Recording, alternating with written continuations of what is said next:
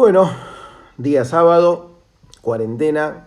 En realidad, para muchos no sabemos si es sábado, es domingo, es marzo, es abril, es 2020, 2021 o siglo XXIV. Pero bueno, aquí estamos.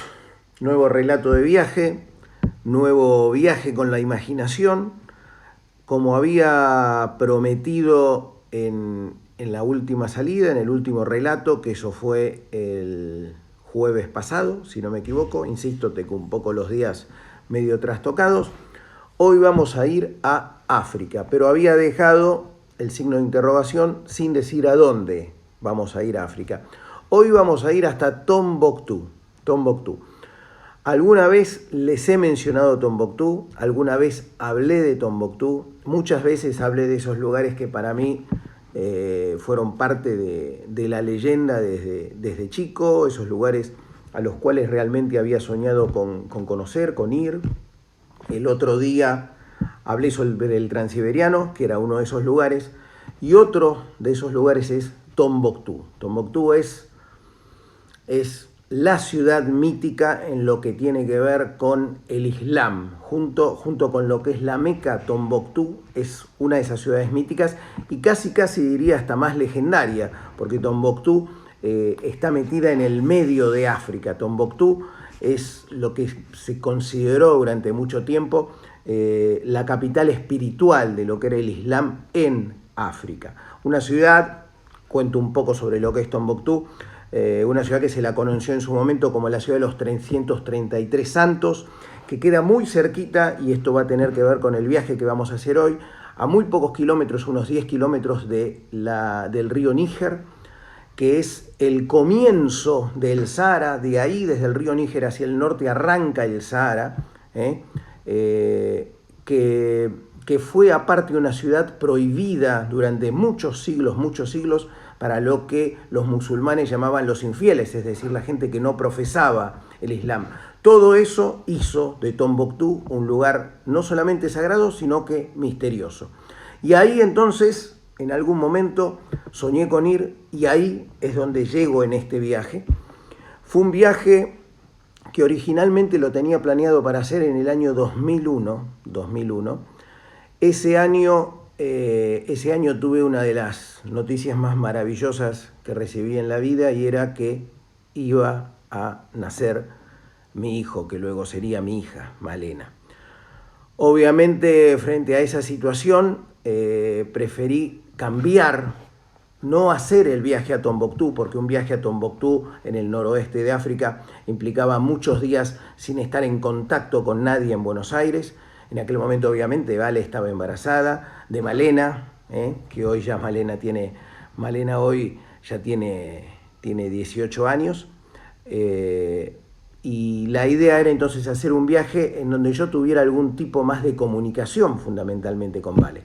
Por lo tanto, hice en el año 2001 el Camino de Santiago, que va a ser el próximo relato de viaje. Mañana voy a estar con el Camino de Santiago, pero hoy voy a ir con ese viaje que iba a ser en el 2001 y que finalmente terminé haciendo en el año 2009, que es este viaje a Tombuctú. Como ya les he contado varias veces, el armado de mis viajes tiene algún punto, algo que hace como de eje de ese viaje, por lo menos aquellos viajes que eran de mochilero. En este viaje obviamente era Tombuctú, todo el recorrido era para llegar a Tombuctú. Todo el recorrido que hice por el noroeste africano era para llegar a Tombuctú, que queda en el norte de Mali, en la parte sahariana de Mali. Bien, para arrancar con el relato, vamos a ir primero a lo que es la capital de Malí, Bamako.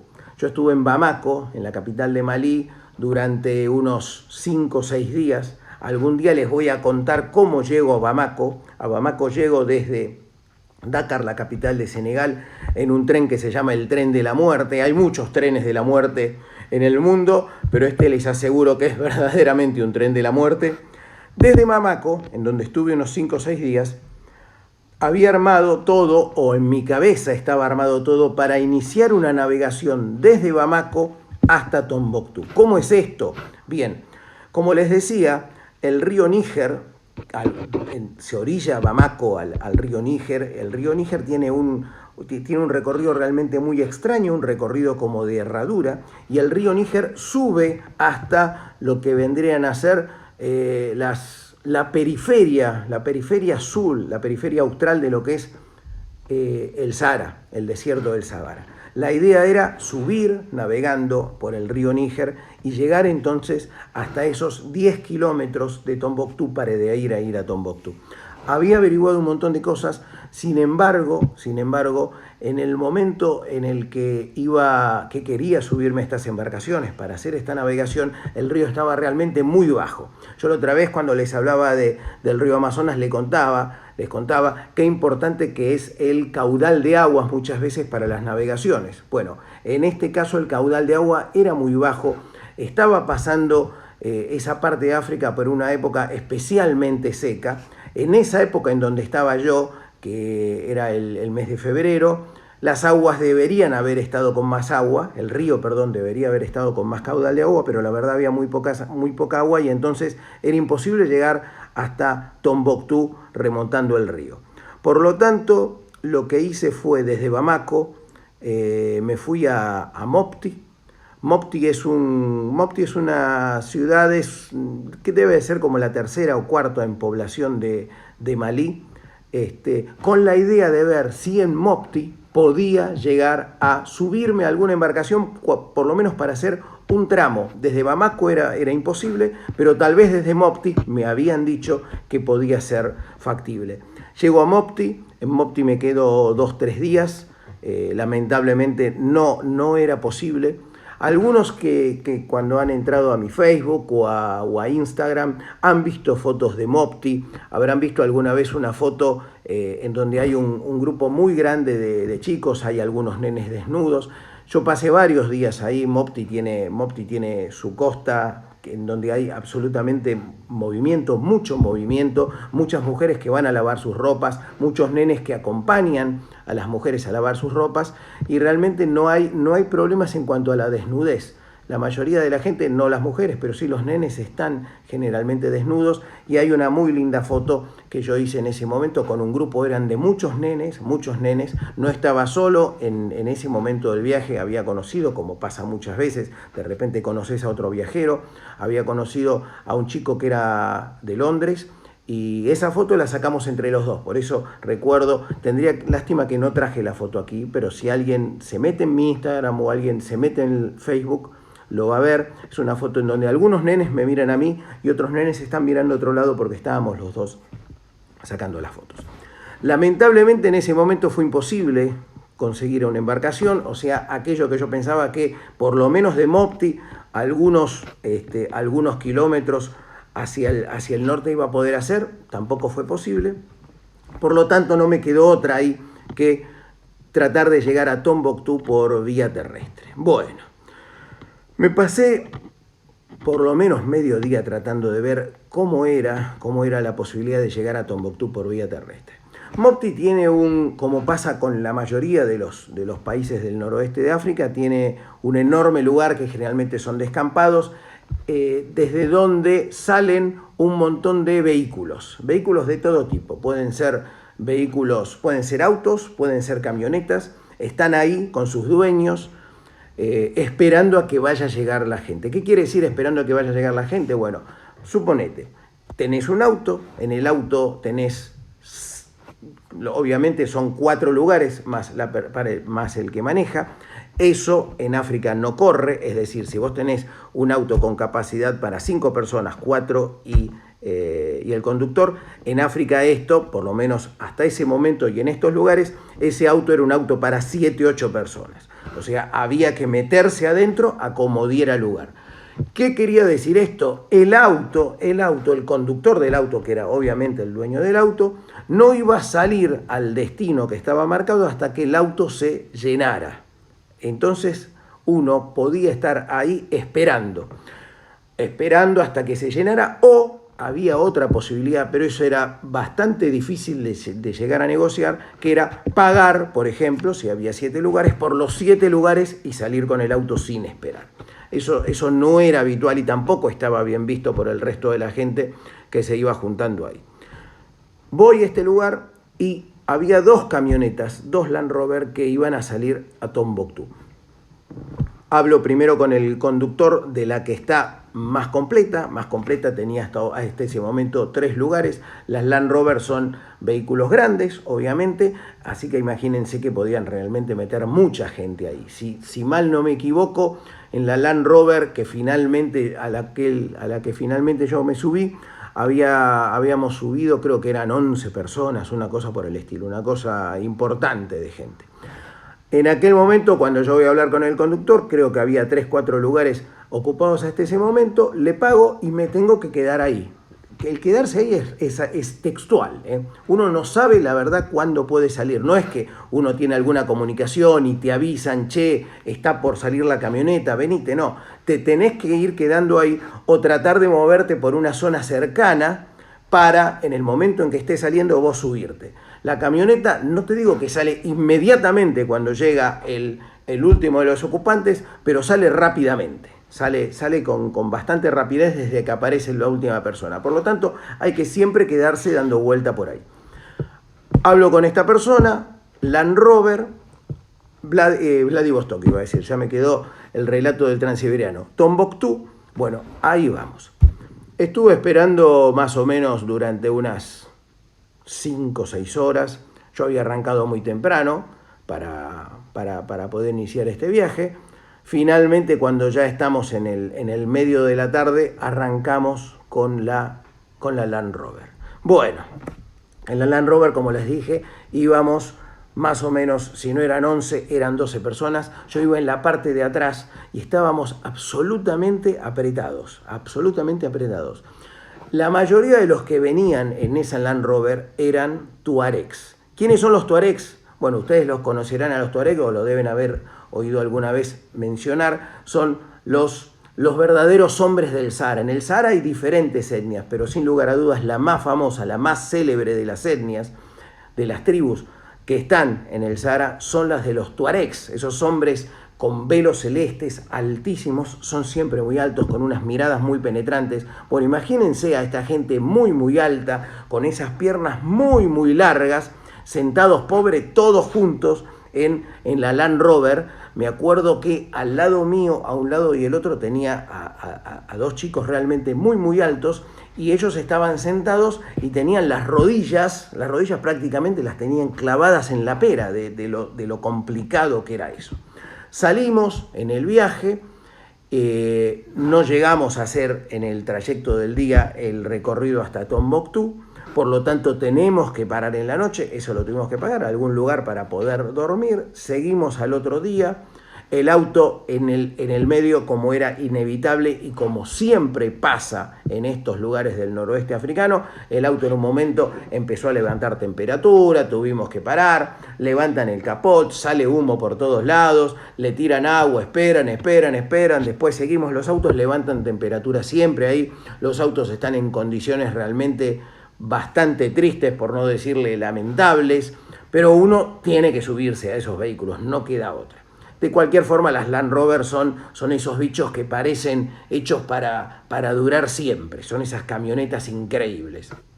Bien, con la Land Rover llego hasta Tombuctú, llego hasta esa ciudad con la que había soñado tanto, una ciudad que se ha hecho, aparte de esto de haber estado prohibida durante tanto tiempo para lo que eran los infieles, para lo que eran los occidentales, es una ciudad que se hizo célebre aparte por sus mezquitas, por todas sus construcciones que son absolutamente en barro. Todas las construcciones que tiene, todas las construcciones importantes que tiene Tombuctú son construcciones en barro. Eso las ha puesto en peligro de ¿qué? De la desertificación, porque ahí, como ya les digo, arranca el desierto del Sahara. Tombuctú está incrustada en el desierto del Sahara. Y dentro de estos edificios hay varias mezquitas que son célebres, que hoy son patrimonio de la humanidad. Hay una mezquita, yo después les voy a mostrar alguna foto que tengo ahí, hoy la revista con la que vuelvo a cerrar esto y a mostrar algunas fotos es una National Geographic Traveler. Hay algunas fotos de alguna mezquita. Hay una mezquita, la más conocida es una mezquita que se llama Sankare, y hay otra que se llama Dream de Brayer, son esos nombres que posiblemente para ellos son sencillos de pronunciar, para mí siempre fueron muy, muy difíciles. La que siempre me queda en la cabeza es la de Sankare, que es la más conocida de las principales mezquitas. Las principales mezquitas son 4, Sankare es la principal. Bien, llego a Tombuctú entonces, me acuerdo que, bueno, busco un alojamiento, de las primeras cosas que hago en Tombuctú es caminar por ahí, ir a estas mezquitas, a conocerlas cuando menos desde afuera. Me acuerdo que el primer día me quedé un largo rato viendo un partido de fútbol. Malí siempre tuvo un buen nivel dentro de lo que es el fútbol africano. Sin embargo, lo que es el norte de Malí, en donde están los tuaregs, no es precisamente un lugar donde hayan salido los mejores jugadores de Malí. Sí han salido más desde la zona de Bamako. De hecho, Francia, que salió campeón mundial ahora en el 2018, tenía dentro de su equipo, dentro de la selección que salió campeona, un par de jugadores que habían venido desde Malí. Sus padres eran malienses y sus hijos habían nacido ya en Francia, pero las raíces eran de Malí. Sin embargo, en la zona del norte de Malí el fútbol es algo importante, pero los mejores jugadores generalmente son de raza negra en Malí, y eso es en el sur. ¿Por qué hago esta diferencia? Porque étnicamente hay muchas disputas entre lo que es la raza negra, que vendría a ser la raza claramente subsahariana y que ocupa el sur de Malí, con lo que es la raza musulmana, por llamarlo de alguna forma. Son personas con una tez mucho más clara, mucho más blanca, que son los que ocupan, o los tuaregs, que son los que ocupan la parte norte de Malí. Siempre ha habido mucha tensión entre ellos y por eso de tanto en tanto uno lee los conflictos, los problemas armados que hay en la zona de Tombuctú y alrededor, que son conflictos internos entre Malí, entre la gente del sur y los tuaregs. Bien, llego hasta ahí, me quedo viendo un partido, me acuerdo durante un buen rato, un rato largo, viendo un partido ahí, y en el atardecer, me acuerdo, hubo un atardecer precioso, sacando fotos sobre las dunas. Obviamente las dunas invaden lo que es Tombuctú ahí, y ahí fue, en ese atardecer, que me puse en contacto y empecé a hablar con un tuareg. La primera vez, en realidad no fue la primera vez, pero sí la primera vez que soñé con ir a Tombuctú en uno de estos viajes, fue en un viaje que hice en el año 98 al sur de Marruecos. En el sur de Marruecos hay una ciudad que se llama Zagora. Yo había llegado ahí hasta Zagora para hacer una salida por el desierto con camellos. Zagora queda realmente en el sur de Marruecos. Y en Zagora hay un cartel donde hay unos camellos dibujados y hay una flecha señalando al sur que dice Tombuctú 52 días, 52 jours. ¿Qué es eso? Durante muchísimo tiempo existió lo que se llamaba la caravana de la sal. ¿Qué era la caravana de la sal? Era una caravana, era una salida en camellos que se hacía desde Tombuctú hasta Zagora. 52 días se tardaba sobre los camellos en el desierto. Esa caravana obviamente llevaban esos tuaregs que estaban en el desierto, o a veces bereberes, porque los bereberes son los que están en el sur de Marruecos, eran quienes llevaban sal de un lado a otro. También a veces se llevaban esclavos. ¿Cómo es esto? La conexión Tombuctú en esa zona que es la que limita el África sahariana con el África subsahariana, siempre fue una conexión entre lo que vendría a ser Europa y lo que es el África negra. Tombuctú queda en ese límite, por lo tanto, muchas veces había salidas de caravanas que llevaban esclavos y los llevaban desde ahí, desde lo que era el África negra, y salían hacia Marruecos justamente con esta conexión entre lo que era el África negra, que era el África donde salen la mayor parte de los esclavos que después van a las colonias, y terminan llegando a Europa a partir de esto que es la ayuda de determinadas tribus. Siempre dentro de África hubo esto que les estoy contando, o sea, tribus que trabajaron para los colonizadores y que fueron ellos mismos quienes terminan capturando a quienes terminan siendo esclavos. En realidad se dio esto que tiene que ver con las propias miserias humanas, pero bueno, así era. Esto, por supuesto, que trajo también, con el paso del tiempo, genera esto del resentimiento de lo que son los tuaregs y los que son negros dentro de lo que es Malí. Si uno va por el noroeste de África, es increíble ver cómo en lo que es el noroeste de África existe todo este tema xenófobo, por llamar de alguna forma, claramente, entre lo que son los negros y los blancos. Mucho, mucho, mucho. Hay países donde eso se nota mucho, porque tenés una población blanca importante. En realidad, llamarla blanca no es población negra, pero digamos que son musulmanes, musulmanes ya de extracción de otro tipo, musulmanes descendientes de lo que es Medio Oriente y ese tipo de cosas. En lugares como Mauritania, como Senegal, eso se ve realmente mucho, y en Malí también se ve mucho. Bien, llego hasta Tombuctú, entonces, y esa misma tarde, de tarde a noche, me junto con alguien para hablar de esto que les estaba recién diciendo. Zagora, Tombuctú, ese viaje de 52 días que siempre había, por lo menos, soñado hacer, o por lo menos en la imaginación poder charlar con alguien acerca de qué era eso.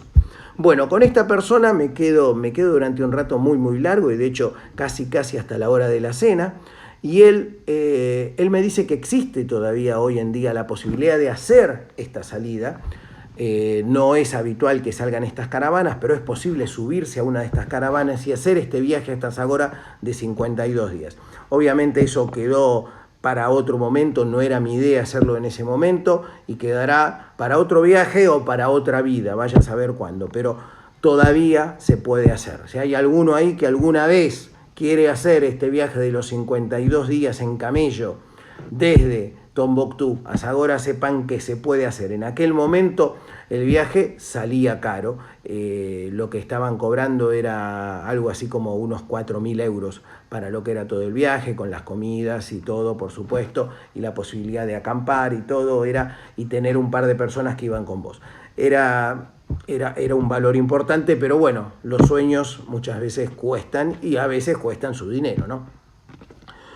Lo mío entonces terminó siendo algo más sencillo. En lugar de 52 días me quedé con el 10% y dije, vamos a hacer algo por 10 días en el desierto. Perdón, por 10 días, por 5 días en el desierto. Entonces, con esta persona arreglo para poder salir por el desierto y estar 5 días en el desierto con un tuareg. Al otro día me pone en contacto con el tuareg con el cual voy a salir. Él era una especie de representante, digamos. Él era el Bragarnik de los tuareg, no sé si es el Bragarnik, pero bueno, él era el representante de un grupo de tuaregs, y con este tuareg, con el cual yo me contacto al día siguiente, hablamos muy poco, pero bueno, con él arreglamos y decimos, 2 días después nos vamos a juntar ahí en Tombuctú, en un determinado lugar, y vamos a salir, él y yo, solos con nuestros camellos. Efectivamente, pasan esos días y salimos al desierto con este tuareg, que es siempre lo comento yo en los seminarios, en los cursos. Cuando pasa el tiempo, las cosas se te van mezclando. Y cuando pasa el tiempo hay cosas que uno empieza a contar y no sabe si son ciertas, pero las terminás dando por ciertas.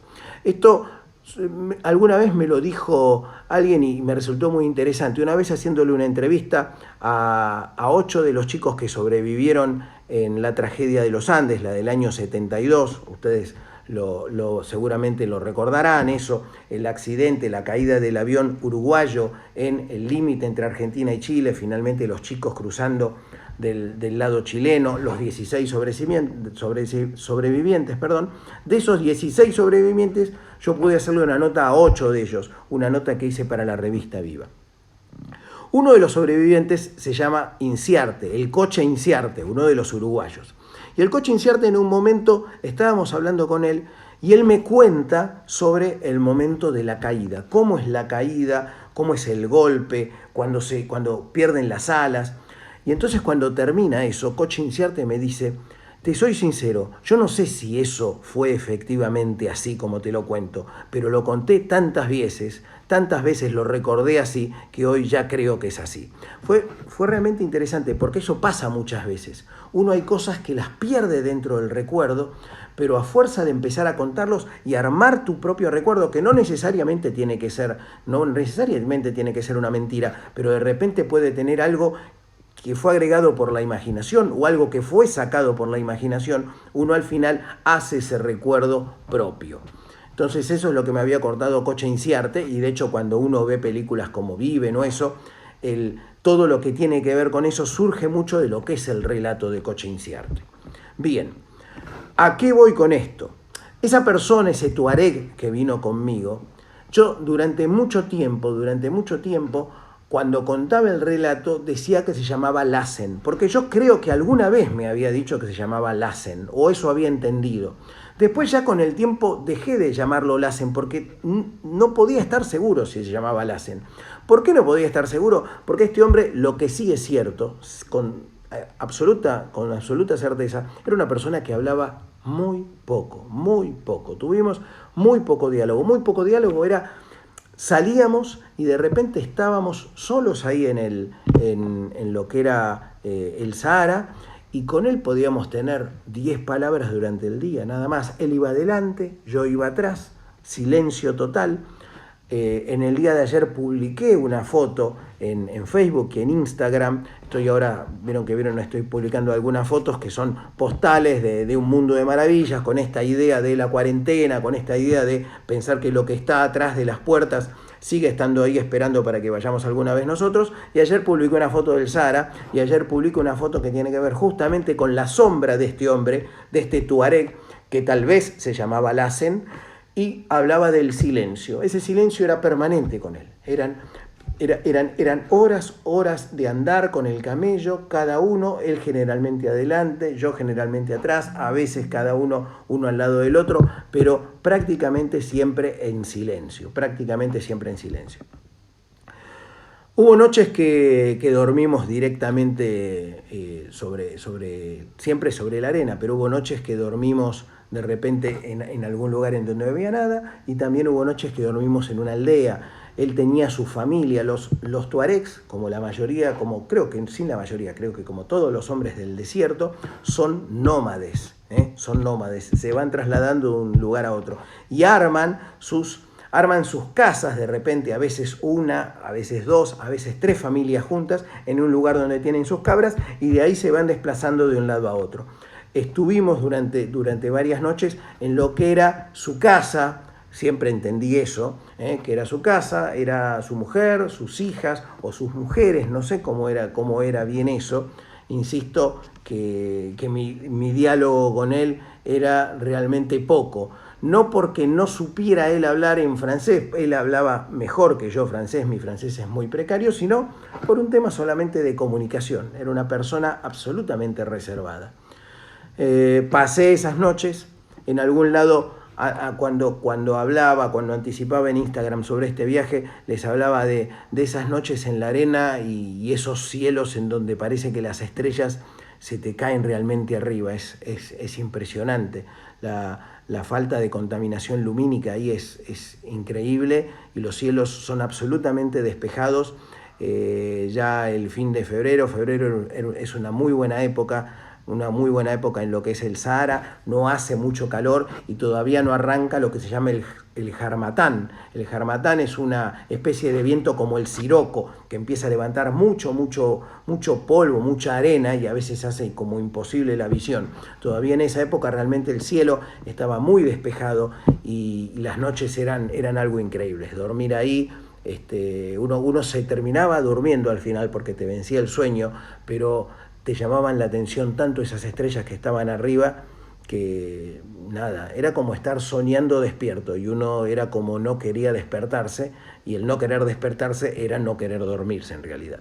Pero bueno, esas fueron las noches en el desierto. Luego volví a Tombuctú con Lassen, o como quiera que se llame tuareg.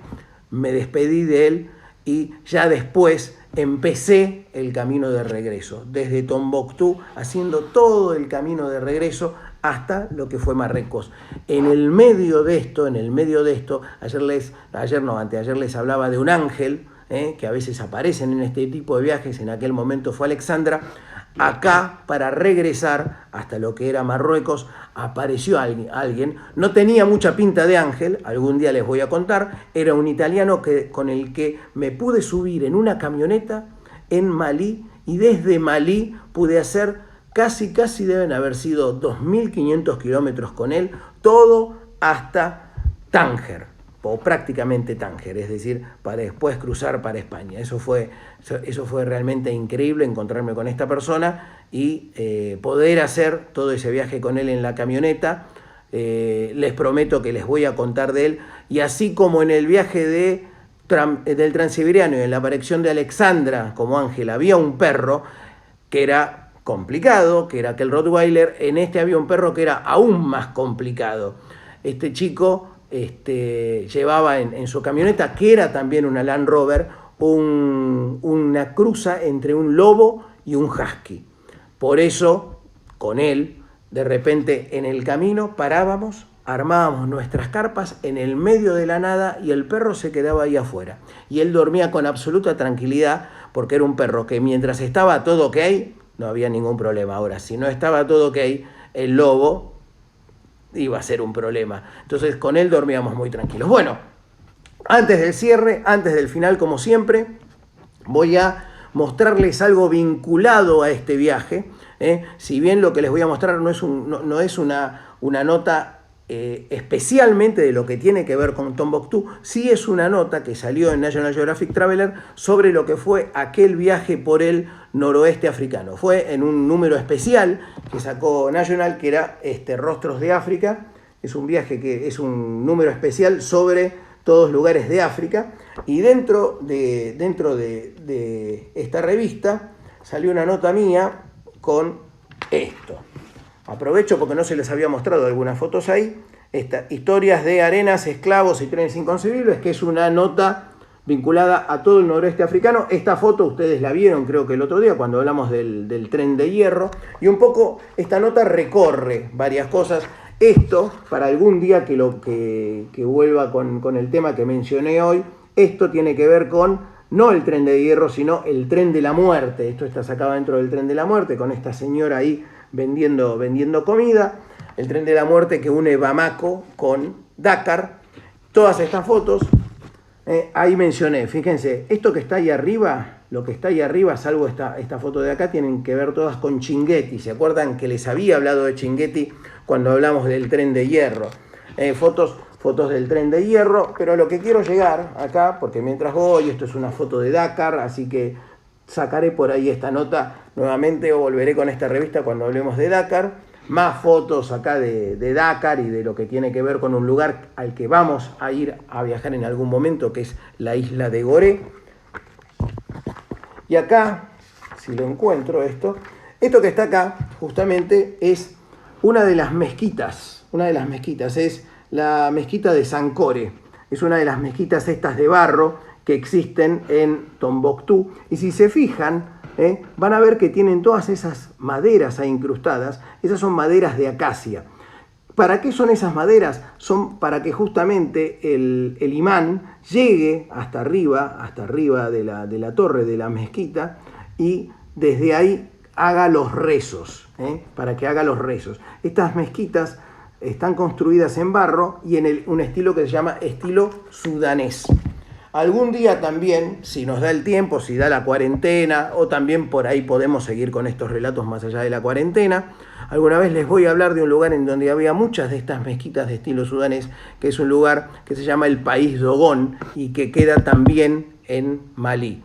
Eso será para otro viaje. Bueno, los voy a ir dejando, y antes del final, porque me había olvidado de saludar a personas que me habían pedido los saludos. Esto ya parece un programa de televisión, pero Raku y su marido Miguel me pidieron que les mande un saludo. A ellos los conocí en un viaje que hice a Penachos. Penachos es la isla Pingüino, es un safari fotográfico que hacemos habitualmente todos los años allá en los meses de enero siempre, también a la gente que vino conmigo a ese viaje, a la gente que vino conmigo al viaje de Guatemala, y un saludo muy especial para dos grupos. El de la gente de La Pampa y Epecuén y el de la gente de San Guillermo. ¿Por qué un saludo especial? Porque en estos días de no haber estado la cuarentena, hubiéramos estado yendo ahí, hubiéramos estado viajando a La Pampa y Epecuén y hubiéramos estado viajando a San Guillermo, que es un parque nacional que queda en el norte, en el noroeste de San Juan, hubiéramos estado yendo con toda esta gente. Vino la cuarentena, eso tuvo que quedar para otro momento y estamos viendo a ver cuándo lo reprogramaremos. Posiblemente San Guillermo sea por el mes de octubre y La Pampa y Epecuén, si esto se empieza a solucionar, Dios quiera que sí, por ahí para el mes de junio podemos ir a La Pampa y Epecuén. Bueno, les mando besos y abrazos para todos y mañana entonces a las 6 de la tarde nos estamos encontrando acá con lo que les había prometido. Camino de Santiago, ese viaje que vino a reemplazar de alguna forma al viaje que originalmente iba a ser a Tombuctú, año 2001, justo antes de la debacle económica esa de diciembre del 2001. Este viaje fue septiembre del año 2001, España, Camino de Santiago, un poquito más de 30 días caminando desde Roncesvalles a Santiago de Compostela, ¿ok? Y con algo importante, a partir de ese viaje, de alguna forma nació el nombre de quien es mi hija, Malena. Un beso para Malena, que me ayuda permanentemente con esto. Besos y abrazos para todos y hasta mañana.